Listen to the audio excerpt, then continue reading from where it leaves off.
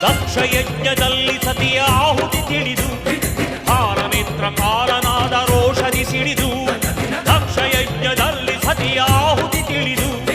ಭಾರನೇತ್ರ ಕಾಲನಾದ ರೋಷದಿ ಸಿಡಿದು ತಾಂಡವಗೈದ ರುದ್ರ ತಾಂಡವಗೈದ ಹಲ್ಲನು ಕಡಿದ ನೆಲದಲ್ಲಿ ಜಟೆಯನ್ನು ಎಸೆದ ಹುಟ್ಟಿ ಬಂದ ವೀರಭದ್ರ ಶಿವ ಜಟೆಯಲ್ಲಿ ಮರುಕ್ಷಣದಲ್ಲಿ ಆಹಾ ರುದ್ರ ಆಹಾ ಭದ್ರ ಎನ್ನುವನಾದ ಮಾಡಿದಾಗ ಶಿವಗಣವು ತಾಳುದ ಮೋದ ಆಹಾ ರುದ್ರ ಆಹಾ ಭದ್ರ ಎನ್ನುವನಾದ ಮಾಡಿದಾಗ ಶಿವಗಣವು ತಾಳುದ ಮೋದ ವೀರಭದ್ರನು ಶಿವನಿಗೆ ವಂದನೆಗೈದ